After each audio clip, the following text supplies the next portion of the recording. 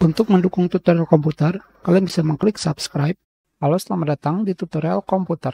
Tutorial kali ini cara membuat chapter dengan menggunakan handbrake. Langsung saja kita lakukan drag and drop. Kalian pergi ke bagian chapter. Yang harus kalian ketahui adalah aplikasi handbrake tidak bisa membuat chapter. Seperti keterangan di sini, sumber tanpa chapter. Sayang sekali, handbrake untuk sekarang tidak bisa menambahkan tanda chapter. Jadi, dengan kata lain, kalian hanya bisa menggunakan handbrake untuk merubah format, mengganti nama chapter.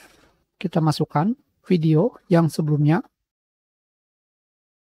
Kita ganti namanya.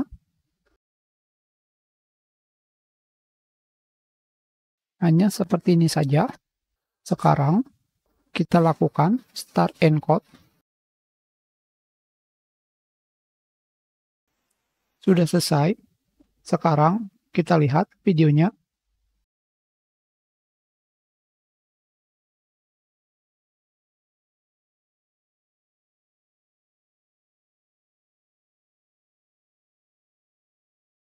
Kita sudahi. Terima kasih.